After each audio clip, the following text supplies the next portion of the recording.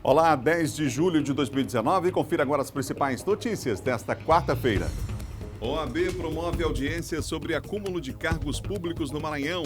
Na política, a Câmara dos Deputados inicia hoje votação da reforma da Previdência. Termina nesta quarta-feira o prazo para inscrição no Mais Médicos no Maranhão. E no Dia Mundial da Visão, vamos mostrar que muitos problemas poderiam ser evitados com o diagnóstico precoce. Fique ligado na TV Difusora e tenha um bom dia, Maranhão.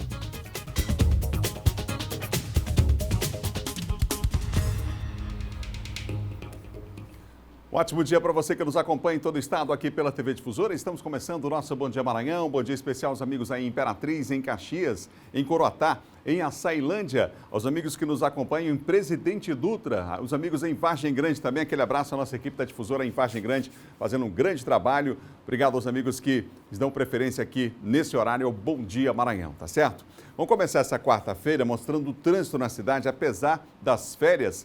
Trânsito às vezes complicado em alguns pontos da cidade. A gente tem imagens ao vivo nesse momento do centro de controle. Aí está.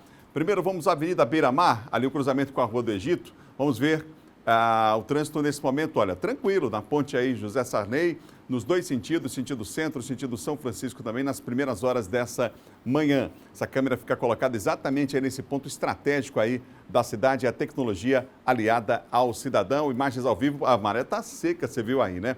Vamos agora para a Avenida Jerônimo de Albuquerque, ali próximo ao Roque Santeiro, o antigo Roque Santeiro, olha aí. Nesse ponto, o trânsito geralmente tem um fluxo maior nesse horário, né? Próximo ali a um semáforo, e aí, portanto, com a chegada dos ônibus aqui no semáforo, o trânsito às vezes vai ficando mais complicado. Temos imagens ao vivo nesse momento do Roque Santeiro, aí na Avenida Jerônimo de Albuquerque, uma das principais da cidade. Agora vamos aqui ao Bacanga, já depois da barragem para lá, já é com a Polícia Rodoviária Federal, mas para cá a responsabilidade é da SMTT. Trânsito também nesse momento tranquilo, vai fluindo normalmente nesse ponto estratégico da cidade. Você tem ali o Rio Bacanga ao fundo, nessa bela imagem, nesse ponto que é um dos principais aí, o acesso ao Porto do Itaqui, enfim, há várias indústrias também. Esse é o ponto no Bacanga, portanto, na Avenida dos Portugueses, trânsito fluindo normalmente nos dois sentidos. Agora, o trânsito mais carregado já na Avenida Carlos Cunha, aí está próximo ao São Luís Shopping. Você já observa que no sentido centro, o fluxo é bem maior de veículos, a movimentação é intensa aí de veículos nesse ponto da cidade. O sol já está brilhando em São Luís do Maranhão, aí o trânsito, portanto, fluindo normalmente. Ali aquela parada natural por conta do ônibus, né, que você viu aí, deu aquela paradinha para atender ali ao usuário, mas o trânsito está normal nesse ponto da cidade. Também estamos em férias, mas por enquanto, nessas avenidas principais da cidade, o trânsito vai fluindo com tranquilidade. Imagens do Centro de Controle de Trânsito na SMTT, a Secretaria Municipal de Trânsito e Transportes da Prefeitura de São Luís, aqui na capital, em tempo real, informação para você, muito mais prestação de serviços. Durante o período de férias, o fluxo de embarcações é intensificado em regiões litorâneas ribeirinhas do estado. A Capitania dos Portos alerta que os comandantes precisam seguir as exigências legais para uma navegação segura. O fluxo de passageiros que viajam no período das férias é sempre um dos mais expressivos do ano. É nesse período que as ocorrências se intensificam e as fiscalizações também. A Capitania dos Portos destinou pelo menos 4 equipes na operação de férias deste ano, que fiscaliza embarcações em todo o estado. Nós observamos as condições das embarcações, né? As próprias manobras dos condutores, a habilitação do condutor também, se a embarcação está inscrita, se ela tem equipamentos de salvatagem, se as pessoas que estão sendo transportadas no transporte turístico ou no transporte regular estão portando seus coletes para aquelas embarcações que têm a borda livre mais baixa, em que o acidente tem uma probabilidade maior de acontecer. No ano passado, a Capitania dos Portos realizou mais de 1.500 abordagens. Nesse período de férias, as operações se intensificam em cidades e regiões específicas. No caso aqui do Maranhão, equipes fixas realizam atividades nas cidades de Barreirinhas e Balsas, além da Grande Ilha. Cidades em regiões ribeirinhas ou litorâneas, onde o fluxo de embarcações é ainda maior nesse período. Nesse período de férias, que tem o maior fluxo de embarcações, especialmente as de esporte e recreio, como moto aquática, lanchas, catamarãs, de transporte turístico também, de transporte de passageiros. Então, o foco são nesse tipo de embarcação. A operação vai até o dia 29 de julho. Segundo o comandante da capitania, a população pode auxiliar nas fiscalizações fazendo denúncias. Confira agora o nosso giro de notícias. Foi liberado após pagar fiança o caminhoneiro que atropelou o motociclista Benedito Ferreira Sodré, de 57 anos. O entregador de gás de cozinha morreu ontem após ser atropelado por um caminhão na Avenida dos Portugueses, no Anjo da Guarda, em São Luís. A suspeita é que o acidente tenha sido provocado porque o condutor tentou desviar de um buraco na via. O Ministério Público pediu que a Prefeitura de Imperatriz vete o projeto de lei aprovado pela Câmara que autoriza o serviço de taxilotação na cidade. Segundo o Ministério Público, apenas o Executivo Municipal poderia ter pedido ao Legislativo que regulamentasse o trabalho da categoria. O MP também considera que o projeto de lei é inconstitucional. A Prefeitura de Imperatriz ainda não se pronunciou sobre a decisão. Um vereador e uma ex-vereadora de Bom Jardim foram denunciados na Justiça pelo Ministério Público por suspeita de desvio de R$108 mil dos cofres da Câmara de Vereadores de Bom Jardim. Consta na denúncia que Antônio Gomes da Silva e sua esposa, a ex-vereadora Ana Lídia, teriam retirado o dinheiro da conta da Câmara para pagar servidores, mas parte dos valores ficavam com o casal, com a justificativa de que o montante seria utilizado para pagamento de despesas do INSS, o que, segundo o Ministério Público, não aconteceu. Se condenados, as penas variam de 1 a 12 anos de reclusão e pagamento de multa. No mês passado, Antônio foi condenado a 5 anos de prisão, acusado de prometer benefícios a trabalhadores rurais em troca de votos. O vereador também já foi preso durante a Operação Éden, da Polícia Federal, em 2015.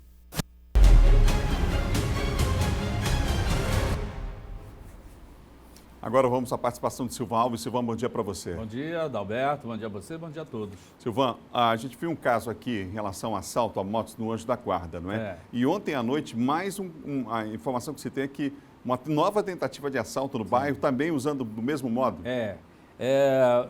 Esse assalto, que inclusive está sendo apurado, isso que aconteceu, infelizmente, resultou na morte da adolescente no domingo, está sendo apurado na Superintendência de Homicídio e Proteção à Pessoa. A polícia já sabe, inclusive, com as imagens que foram disponibilizadas pelas câmeras de vídeo de monitoramento da SMTT, que haviam 4 pessoas, 2 em cada moto. E aí, ontem à noite, um casal, o Aldeni e a sobrinha dele, ela diz que é sobrinha, a Vanessa, eles foram assaltar ali próximo da feira do bairro do Anjo da Guarda. Era final de xepa, o pessoal estava fechando as barracas e tal, e aí ouviram aquele pedido de socorro, as pessoas correram lá e evitaram que ele conseguisse fugir na moto. Acabaram fazendo o linchamento. Ainda bem que a viatura do Esquadrão Brigadeiro Falcão, que tem muita mobilidade, motorizada, chegou rápido e evitou que eles fossem até mortos lá. O Aldeni foi baleado, ninguém sabe lá quem atirou nele, está internado no hospital Socorrão 1, e a Vanessa foi levada lá para o plantão central da área Itaquibacão, quando eles foram autuados em flagrante. A polícia suspeita que, como há um casal que vinha agindo constantemente ali naquela área, na prática desses assaltos, principalmente no início da noite, de que eles sejam os autores desses assaltos, o Aldeni e também a Vanessa. Eles são moradores lá da comunidade do Sitinho, na Vila Maranhão, que fica na zona rural de São Luís. Silvan, vamos falar de outro caso agora lá em Icatu. Chama atenção porque a informação que se tem é de que um avô estaria abusando da própria neta, Silvan. O seu José de Ribamar. Ele foi preso na semana passada, depois de ter sido denunciado.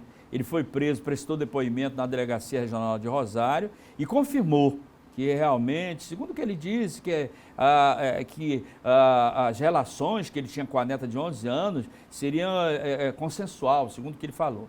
E aí não tinha flagrante, pessoas ficaram inclusive revoltadas porque ele foi ouvido e mesmo confessando tudo isso, ele foi solto, as pessoas se manifestaram bastante em redes sociais e tal. Mas o delegado explicou que não podia prendê-lo naquele momento porque não havia flagrante, né? Então ele liberou ele, mandou o pedido para a Justiça e ontem a Justiça lá de Rosário decretou a prisão preventiva do seu José de Ribamar. Ele foi preso em casa, lá no povoado Mata, lá no município de Icatu, e depois de ter sido preso por determinação da Justiça, ele já foi encaminhado para cá, para a unidade prisional aqui de Pedrinhas. Obrigado, Silvan. Bom dia para você e até amanhã. Bom dia, Adalberto. Bom dia a você, bom dia a todos. Silvan Alves, que apresenta de segunda a sexta, às 6 da manhã, o Bandeira 2 aqui na TV Difusora. No próximo bloco, o acúmulo de cargos públicos no Maranhão é tema de audiência promovida pela OAB no estado. E mais, governador Flávio Dino fala sobre seus planos para 2022. Nós vamos falar também sobre a reforma da Previdência. Hoje, em Brasília, expectativa para votação em plenário, em primeiro turno, na Câmara dos Deputados. Assunto para John Coutrin. Nós voltamos já com o Bom Dia Maranhão, depois do intervalo. É um instante só.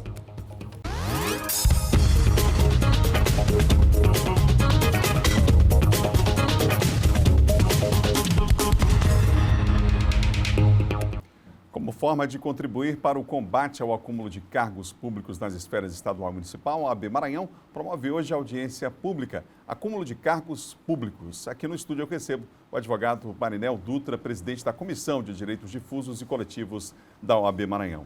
Presidente, bom dia. Bom dia. Bom, contextualizando a situação, o Tribunal de Contas do Estado criou um sistema de controle, da folha de pagamento e que os gestores são obrigados a dar as informações. Houve um cruzamento desses dados e alguns gestores e servidores também já começaram a ser notificados. Há a possibilidade, inclusive, de abertura de procedimento administrativo disciplinar e aí fica a preocupação, porque nós temos aí um universo de mais de 37 mil servidores. Qual é o objetivo da OAB em trazer essa discussão nesse momento? A OAB, Adalberto, tem o papel de defender a sociedade, inclusive os servidores públicos estaduais e municipais. O papel da OAB é, nesse evento e outros que já fez da mesma natureza, colocar para uma discussão saudável as entidades que compõem a rede de controle. Nesse processo em particular, o Tribunal de Contas do Estado notificou os municípios quanto a eventuais acúmulos de cargos, se aponta para o número de 37 mil, e os municípios estão a notificar os servidores públicos num prazo curto, para que eles, em 5 e alguns casos em 10 dias, adotem posições na grande maioria, de exoneração. Isso tem causado um caos em todos os municípios do Maranhão e na esfera estadual também. E o OAB, preocupado e sensível ao tema, chama todos os órgãos da rede de controle para uma boa conversa hoje às 14 horas no auditório da OAB. Bom, o objetivo, quer dizer, do próprio texto da Constituição é evitar aquela situação que se via no passado recente, de apadrinhamento, enfim, de situações realmente completamente irregulares, em prejuízo, inclusive, ao erário público. A OAB não quer rediscutir a Constituição, pelo menos nesse momento agora, que não é oportuno.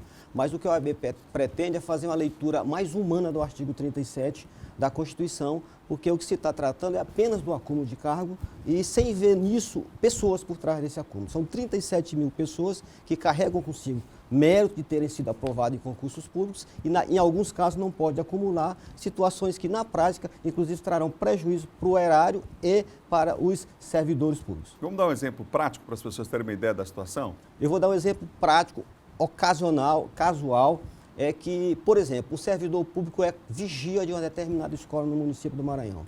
Galgou esse cargo por concurso público. Depois de se qualificar, por exemplo, em pedagogia, passou no concurso nesse mesmo município para ser professor do ensino fundamental, por exemplo. Numa leitura muito crítica da Constituição, esse servidor público terá que optar por um cargo de vigia ou por um cargo de professor.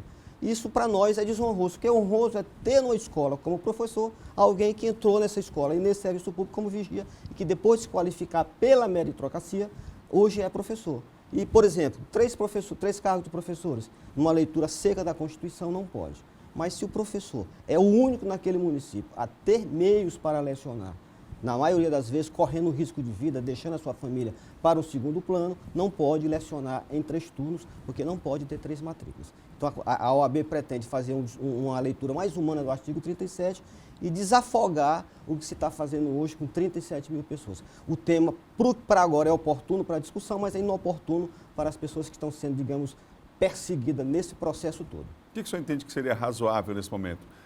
Inicialmente, ampliar esse prazo que foi dado? Inicialmente, ampliar esse prazo, Adalberto, porque nós estamos fechando o primeiro semestre letivo. Imagina só começar o segundo semestre letivo, porque na grande maioria são professores, com 37 mil professores a menos no quadro de professor no estado do Maranhão afora.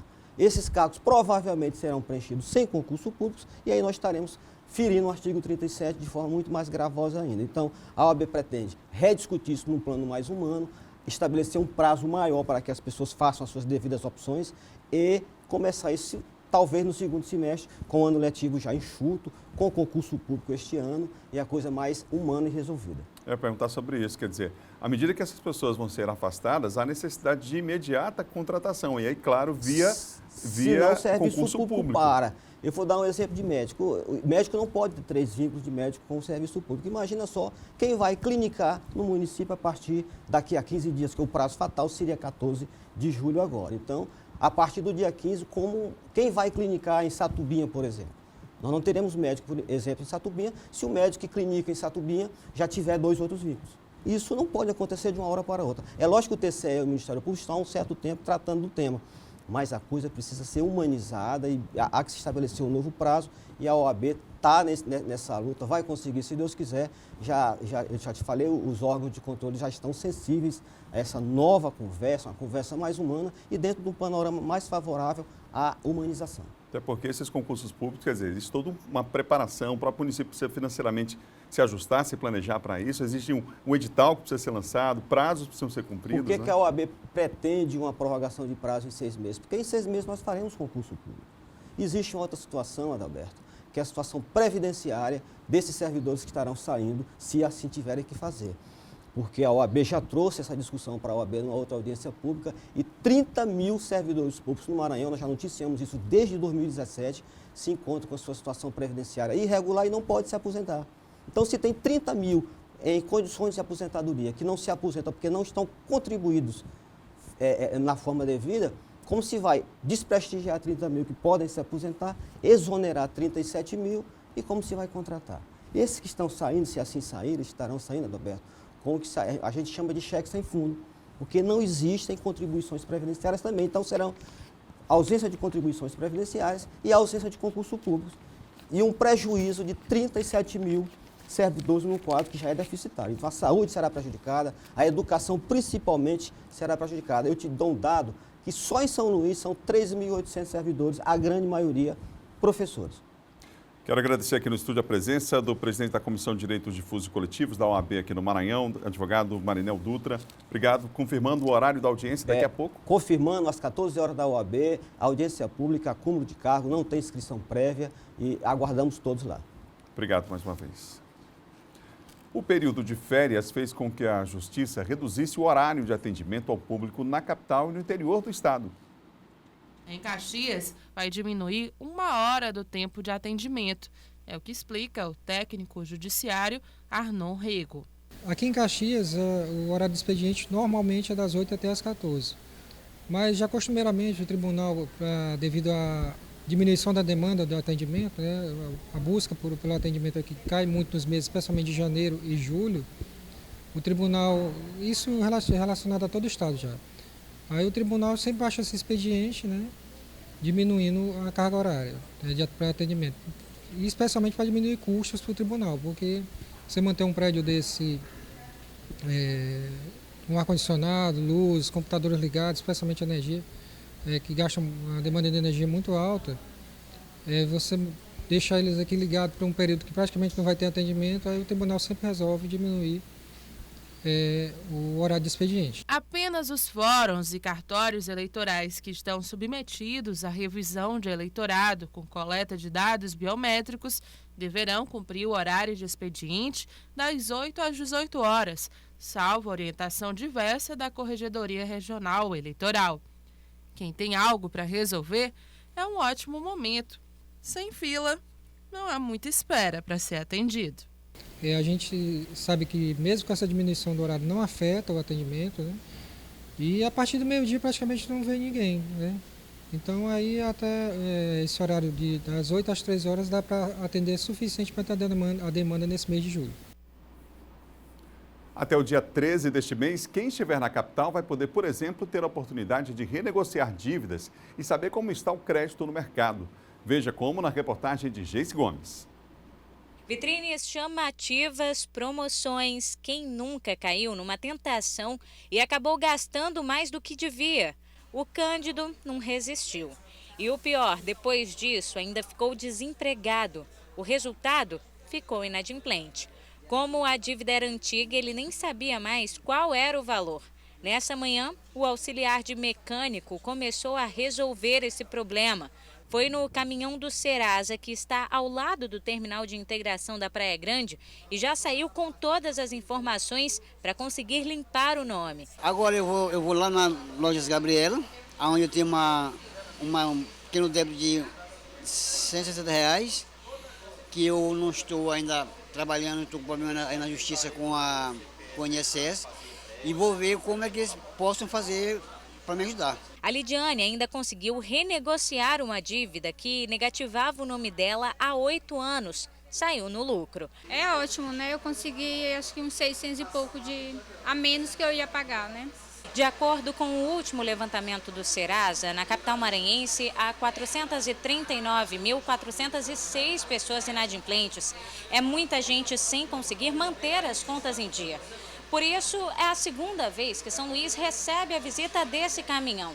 E para ser atendido aqui, só precisa trazer um documento com foto. Nesse atendimento a gente registra o número do CPF dele no nosso sistema e a gente consegue ter acesso a um relatório.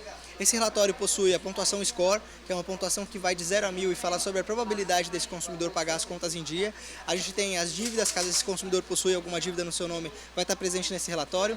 Participação em falência, cheque sem fundo, protesto em cartório, tudo isso de maneira gratuita. Os serviços são oferecidos também nas plataformas online do Serasa. Mas, para quem prefere a consultoria presencial, os atendimentos seguem até o próximo dia 13. Esse projeto do caminhão da Serasa, ele justamente nasceu com essa necessidade. Quando ele foi criado lá em 2017, tínhamos aproximadamente 60 milhões de pessoas endividadas e 40 milhões de pessoas que não tinham acesso à internet. Então a solução justamente foi criar um caminhão que levasse informação para toda essa população de maneira gratuita, para que as pessoas possam ter noção da situação financeira delas, de como a vida delas financeira está funcionando.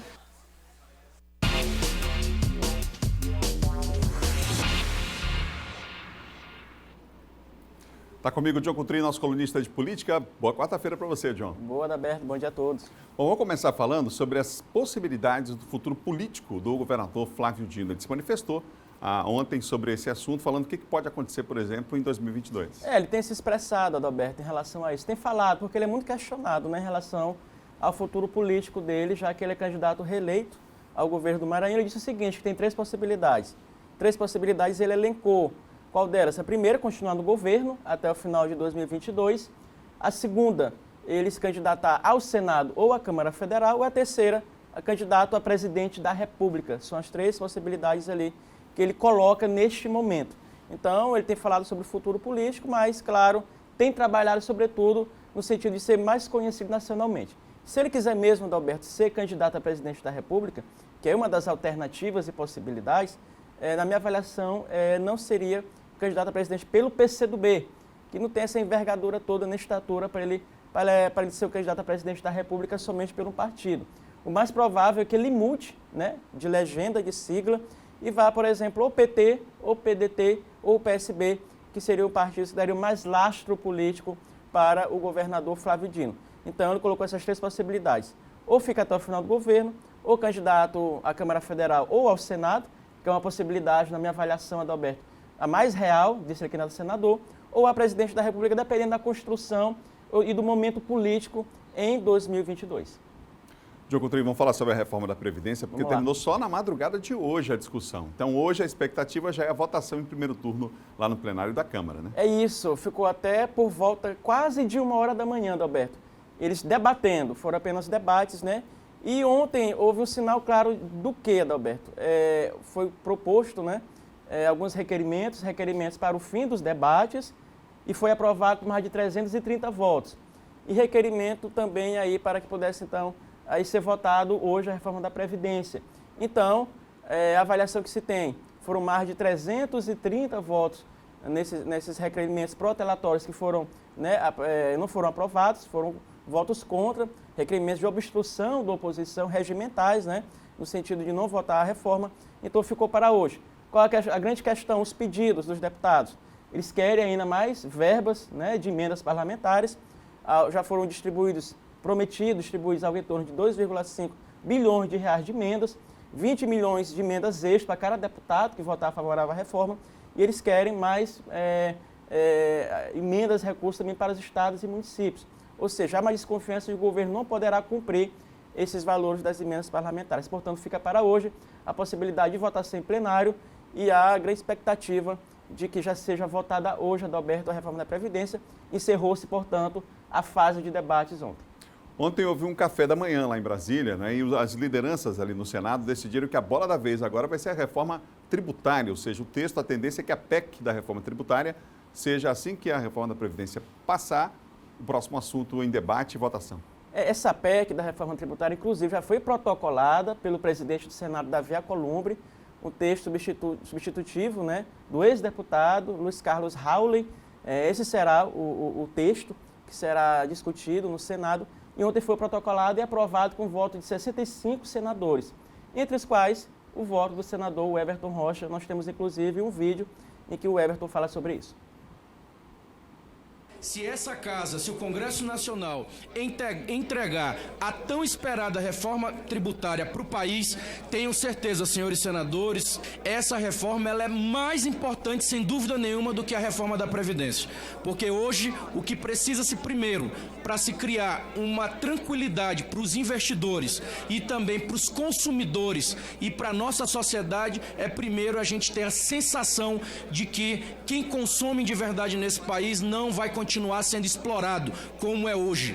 Nós somos uma das poucas potências do mundo que quem carrega e quem é explorado, infelizmente, ainda é o consumidor, a classe produtora, a classe consumidora. Os especuladores ainda têm a benevolência e ainda têm a mão amiga de setores que no passado ajudaram a proteger justamente os que ganhavam mais. Então, parabéns, presidente, todos os líderes por esse debate que se inicia com muita maestria, porque ele não é de governo e nem de oposição. É um debate do Congresso Nacional, da sociedade brasileira, e que quem vai ganhar, com certeza, é o nosso povo, que não aguenta mais pagar 300%, 400% de juro ao ano no cheque especial e no cartão de crédito, que não aguenta mais ver esse absurdo que são os juros no nosso país.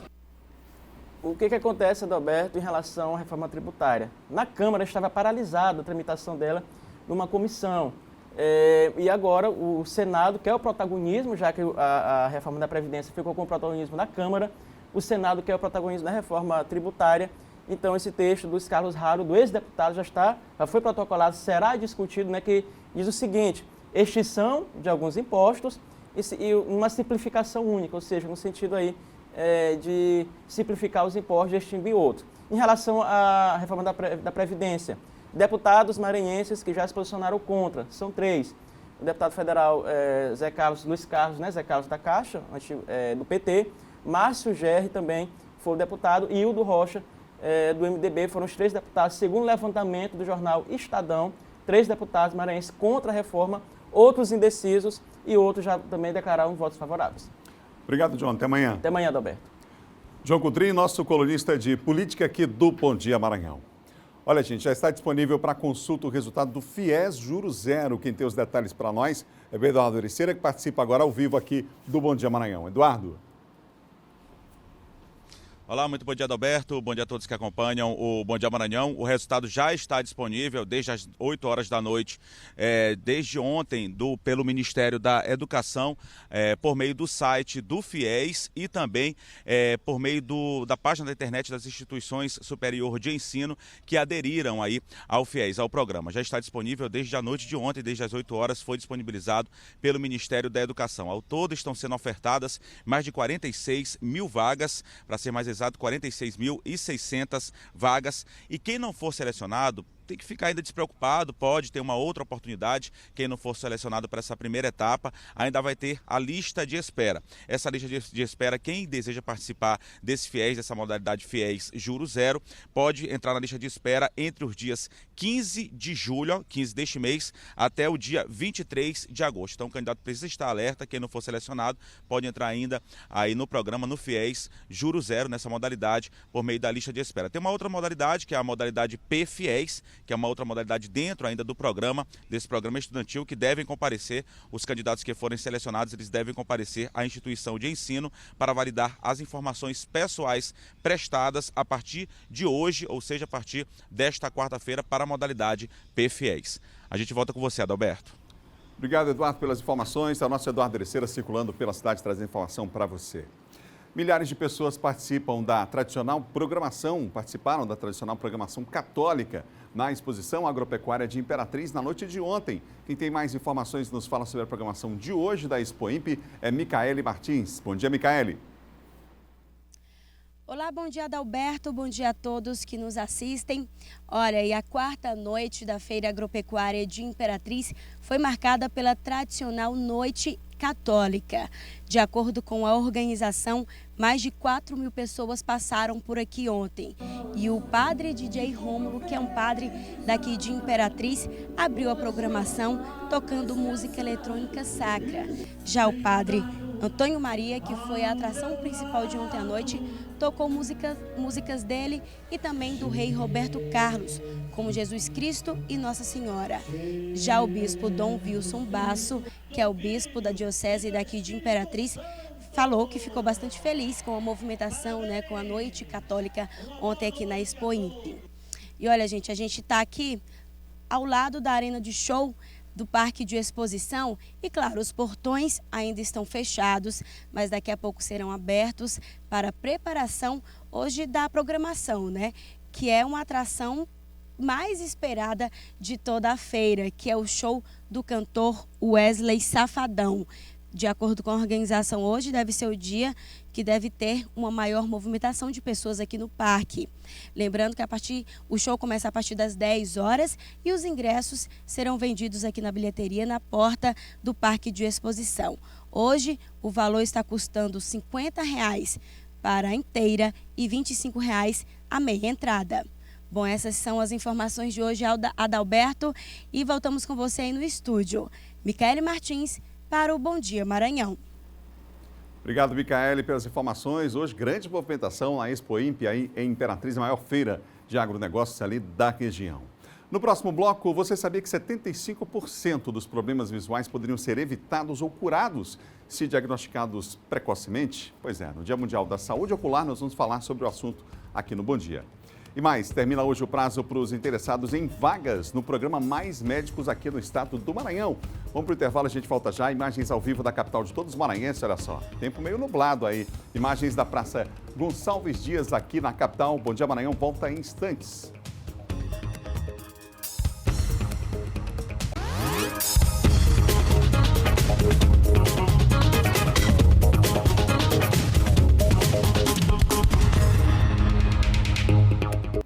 Hoje é quarta-feira e chegou a hora de falar de saúde aqui no Bom Dia Maranhão.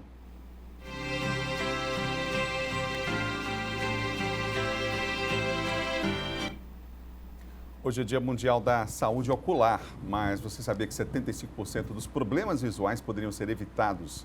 Pois é, aqui no estúdio eu recebo o Dr. Mauro César Oliveira, oftalmologista, presidente da Associação Médica aqui do Maranhão, que está conosco para falar dessa data importante. Doutor, bom dia. Bom dia, Adalberto, agradeço pela oportunidade. Doutor, a gente vai começar falando sobre a questão da prevenção, não é? Nem sempre as pessoas estão atentas a isso. E a gente sabe que ela é fundamental. Esse dado é da Organização Mundial de Saúde. E aí, quais são os cuidados que as pessoas deveriam tomar, já que poderiam ser muitas situações evitadas nas diferentes fases da vida? É verdade, eu parabenizo o seu programa pela iniciativa de trazer esse assunto, hoje que é o Dia Mundial da Saúde Ocular. Nós poderíamos elencar esses cuidados de acordo com a faixa etária, né? Para cada faixa etária, nós temos cuidados específicos que podem ser tomados para a prevenção de problemas oculares. Começando, por exemplo, os recém-nascidos, hoje nós já sabemos da obrigatoriedade de fazer o teste do olhinho. O teste do olhinho feito logo ao nascer, logo nos primeiros dias, até nos primeiros momentos do nascimento, ele vem evitar alguns problemas congênitos principalmente, como a retinopatia da prematuridade, que acontece em bebês nascidos antes do tempo, o retinoblastoma e a catarata congênita. Doutor, na infância, que cuidados a gente deveria tomar? E a gente está falando de uma geração hoje que tem um estímulo visual cada vez mais cedo, né? É verdade. Falando nesse estímulo visual, nós lembramos aí a questão do uso do tablet e do celular. Hoje nós temos já estudos realizados que mostram o aparecimento precoce de problemas de miopia pelo estímulo pelo uso do tablet e do celular. O ideal seria que as crianças até 2 anos de idade não tivessem nenhum contato com essas telas. Hoje é um pouco difícil porque a tecnologia está presente na vida de todos. E a partir dessa idade, um uso limitado dentro da necessidade. Além disso, na idade pré-escolar, é muito importante uma avaliação oftalmológica, logo quando a criança vai iniciar a alfabetização, para evitar a ambliopia. A ambliopia é a que a gente chama de olho preguiçoso, quando a criança tem um problema de um lado e do outro, às vezes ela não enxerga bem de um dos lados, isso não é diagnosticado precocemente, pode levar a uma dificuldade visual no futuro. Doutor, o senhor falava sobre esse aspecto aí quanto à infância, eu lembrava que Na Europa, por exemplo, é proibido nas creches o uso de qualquer aparelho eletrônico, televisor, enfim, é proibido, não só por conta da questão da saúde ocular, mas de outras questões de estímulo, inclusive, da criança nessa idade. As pesquisas mostram que algumas crianças podem apresentar algum tipo de problema que não é recomendado, digamos assim, que as crianças tenham esse estímulo cada vez mais cedo. Mas na adolescência, aí a gente já está falando de um período mais complicado ainda, mas o ideal seria limitar, inclusive, o tempo de uso desses aparelhos também por conta da questão da saúde ocular, não? É verdade. Já na adolescência, o uso do tablet e do celular, ele logicamente é não só autorizado como necessário, mas sempre dentro daquele prazo, daquele tempo ideal, como 1 hora, com intervalos a cada 10 a 15 minutos, para uso diário. Nós lembramos também, nessa fase, as pessoas já começam a ter contato com lentes de contato ou com coisas que podem causar acidentes domésticos, por exemplo. É muito comum, infelizmente, acidentes domésticos em crianças e adolescentes com lesão ocular. A questão do uso da lente de contato, sempre fazer com orientação médica, cuidados, o tempo de uso da lente, sempre tirar à noite na hora de dormir, usar os produtos recomendados pelo médico. No caso do adulto jovem? No caso do adulto jovem, principalmente acidentes de trabalho. São comuns principalmente acidentes químicos, acidentes físicos e acidentes radioativos. Quem trabalha em indústrias, fábricas, ou mesmo não só de trabalho, mas doméstico, por exemplo, quando caem produtos cáusticos nos olhos, são considerados até mais graves do que acidentes com ácido, por exemplo. Então, sempre lavar bastante o olho após um acidente em que algo caia no olho e procurar sempre orientação médica. Acidentes físicos, corpos estranhos, quem trabalha em indústrias siderúrgicas ou metalurgia, quem trabalha com solda, é muito comum acidentes físicos com corpo estranho no olho. E acidentes radioativos, por exemplo, o uso de solda elétrica, quem trabalha com solda, ou também evitar, quando se fala em radioativo, se fala muito também na questão solar. O uso dos óculos escuros, quando vai principalmente à praia, ambientes onde você está exposto a uma radiação mais intensa. Doutor Mauro, na velhice existem situações, problemas que são próprios dessa fase da vida, né? Sim, e aqui nós poderemos destacar 3 condições principais para a terceira idade, né? O glaucoma, que é a principal causa de cegueira irreversível do mundo. As pessoas devem, a partir dos 40 anos, principalmente aqueles que têm casos na família, fazer um exame ocular para diagnóstico precoce do glaucoma e prevenir a cegueira, porque muitas vezes ele é assintomático, as pessoas não percebem que tem uma perda visual. A diabetes, que infelizmente nós temos no Maranhão um número muito grande de cegos por diabetes não controlada. As pessoas passam anos deixando um pouquinho o controle de forma eficiente e depois começam a ter complicações, que é a retinopatia diabética. E por último, a degeneração macular relacionada à idade, que é uma doença degenerativa da retina que vai diminuindo a função visual e, se diagnosticada precocemente, ela pode ter a sua evolução prevenida. Nosso tempo já está quase esgotado, eu queria tocar em 2 aspectos. Quanto ao uso de óculos, pessoas que precisam usar, mas que fazem isso de forma, enfim, compram em qualquer lugar, usam às vezes porque um amigo, experimentam um óculos de um amigo e acham que já podem usar aquele óculos. E outras pessoas que têm a recomendação de usar, mas que, inclusive essa semana eu encontrei uma pessoa dessa natureza, dizem, olha, eu fui recomendado a usar, eu comprei o óculos, mas eu não consigo usar. Quer dizer, há um problema sério aí, já que a gente está falando hoje do Dia da Saúde Ocular, sobre esses comportamentos, digamos assim. Bom, a primeira situação que você colocou, as pessoas que usam óculos sem indicação. Normalmente esses óculos são os óculos para presbiopia, aquele óculosinho de leitura que você compra a partir dos 40 anos, quando começa a ter dificuldade para perto. O risco de você comprar sem orientação, basicamente são 3. Primeiro, a pessoa que compra experimentando, normalmente ele acaba usando mais do que ele necessita. E quando ele vai ao médico e o médico precisa passar o grau exato dele, o médico às vezes tem que colocar às vezes um pouco mais de grau porque ele já está habituado com grau excessivo. O segundo é que esses óculos, eles têm o mesmo grau dos 2 lados. E a grande maioria das pessoas não tem o grau igual do olho direito e do esquerdo. E isso causa, como a gente chama, entre aspas, forçar uma visão, desculpa. E o terceiro é que, quando o óculos ele é montado, existe uma distância chamada distância pupilar, que marca a posição exata que tem que ficar o centro óptico, que é o centro da visão. Esses óculos prontos, eles têm uma distância padrão e não vai de acordo com a distância pupilar da pessoa. Isso pode gerar cansaço, dor de cabeça. A outra situação, as pessoas que precisam usar e não usam, muitas vezes as pessoas que não se adaptam bem é por algum problema de montagem, a posição da lente. Ele deve retornar ao médico para identificar qual o motivo dessa não adaptação. Mas não abandonar, né? Não, de forma alguma. Doutor, muito obrigado pela sua presença aqui na TV Difusora mais uma vez. Eu agradeço e parabenizo pelo tema. Obrigado. Vamos mudar de assunto. O período de transição entre a estação chuvosa e o verão no Maranhão começou. E essa mudança climática pode trazer diversas consequências. Segundo especialistas, o período mais seco do ano deve iniciar definitivamente em agosto. Em São Luís, este mês de julho está assim, ora sol, ora chuva. Às vezes, o tempo está aberto, com o sol brilhando forte. Já em questão de instantes, o céu se transforma e o tempo fica nublado, podendo até chover. Um efeito, segundo este meteorologista, perfeitamente normal. Esse tipo de fenômeno ele é típico do período já do final, do período de transição, já entrando no período seco, né? Então, esse ano de 2019, ele foi muito dentro do que estava sendo esperado, né?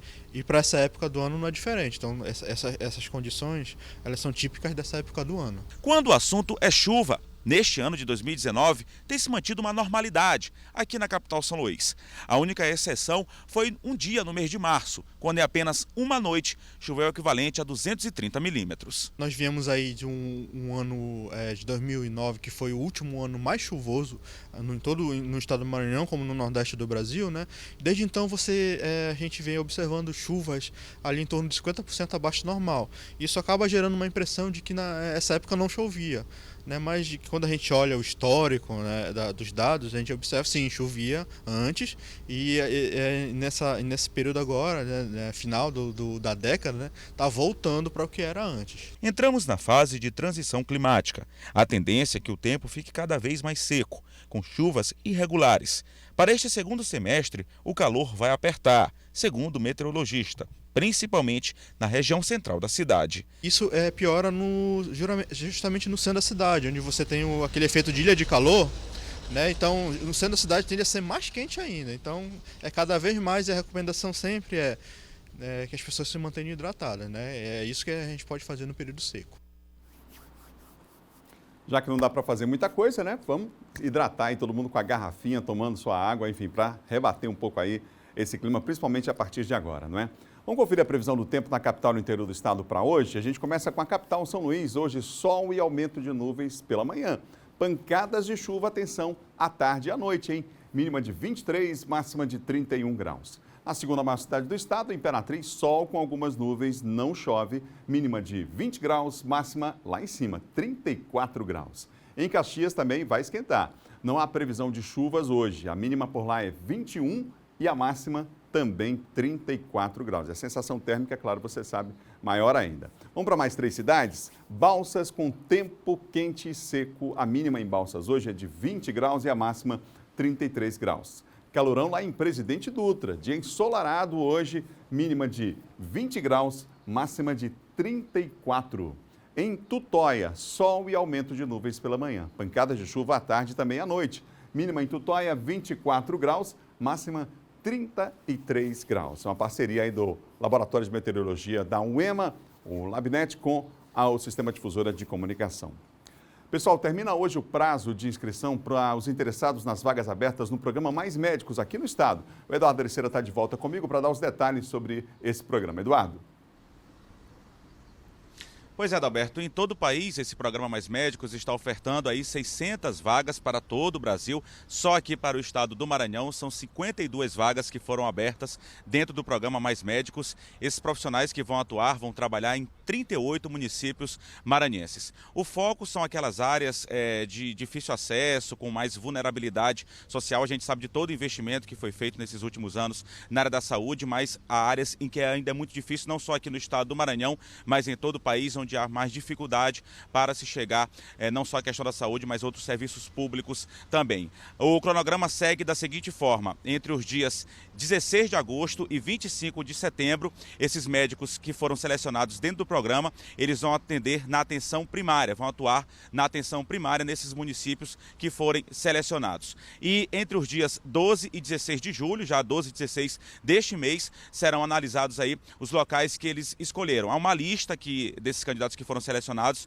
eles preenchem uma lista para quais municípios eles querem trabalhar, querem atuar. Claro que é o governo que decide, mas isso vai ser ainda por ordem. Eles podem escolher qual o local que querem trabalhar, querem atuar, e a seleção que faz é o governo. Como eu disse, em áreas aí de difícil acesso, com maior vulnerabilidade, como por exemplo a questão das áreas ribeirinhas, áreas indígenas, áreas quilombolas, é nesses locais que esses médicos vão atuar. A gente volta com você, Adalberto. Obrigado, Eduardo. Boa quarta-feira para você. Nosso Eduardo Ercília trazendo informações para nós da cidade. Está em cartaz aqui em São Luís uma exposição que mostra um pouco da arte do grafite. Hugo Viegas mostra agora que, assim como a criança, o artista não tem limites para sonhar. Um céu repleto de possibilidades, um universo de sonhos criado pelo artista Edi Brusaca. Para isso, as paredes da galeria viraram imensas telas, onde as latas de spray são a base de tudo. Nesta outra sala aqui, alguns elementos se repetem, mas de forma diferente. Eles saem da tela, proporcionando ao visitante um outro tipo de experiência. A ideia é trazer o grafite mesmo na rua, o que eu faço na rua, para dentro da galeria, e também fazer com que as pessoas entrem nesse sonho, né? Participem desse sonho. Em muitos trabalhos eu uso o balanço como uma ferramenta e uso uma garota em cima do balanço, brincando no balanço. E aqui as pessoas vão ter a oportunidade de brincar um pouco no balanço, um pouco, né? O autor, que também é arte educador e fotógrafo, conta que muito do trabalho vem de uma ligação com os sonhos da infância e também com a própria família. Meu avô era pescador e, como a gente sabe, todo pescador tem os seus empecilhos durante a sua pesca, e assim como o grafiteiro também tem. Então eu comecei a ligar isso com a minha própria vida, né? E aí foi daí que surgiu o nome O Mundo do Pescador de Sonhos. A exposição O Mundo do Pescador de Sonhos segue aberta ao público até o mês de agosto. As pessoas estão convidadas a esse período de férias a entrar nesse universo, né, lúdico do grafite e trazendo essa simbologia, né, da magia que hoje a gente está se perdendo, né? A gente não tem mais esses espaços com essas pinturas onde possa trazer o encantamento, leveza.